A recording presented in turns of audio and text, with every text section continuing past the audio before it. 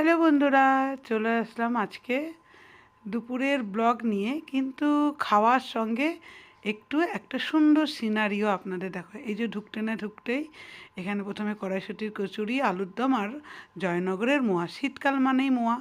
এসে এই জলখাবার, চা কফি দিয়ে যত খাও, এইটা প্রথমেই হলো। কালকে গেছিলাম আমার মানার ব্যাংকের থেকেই, মানে এই জায়গাটায় নিয়ে গেছিলো আর কি, পিকনিকের মাধ্যমে। তো এইখানে এটা হলো রায়পুরের পুষ্পালয় রিসর্টে।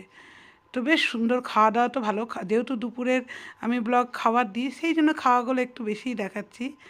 সেটা কি কি মেনু আমি বলে দিচ্ছি, পরে আপনারা দেখে নিন শুধু।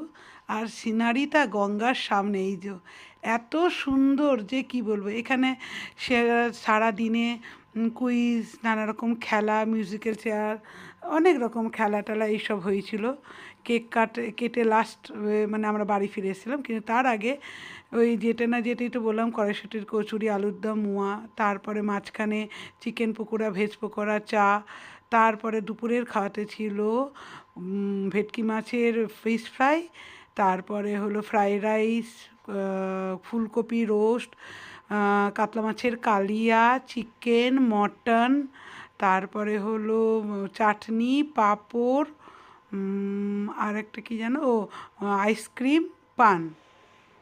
এত কিছু খাওয়া হলো।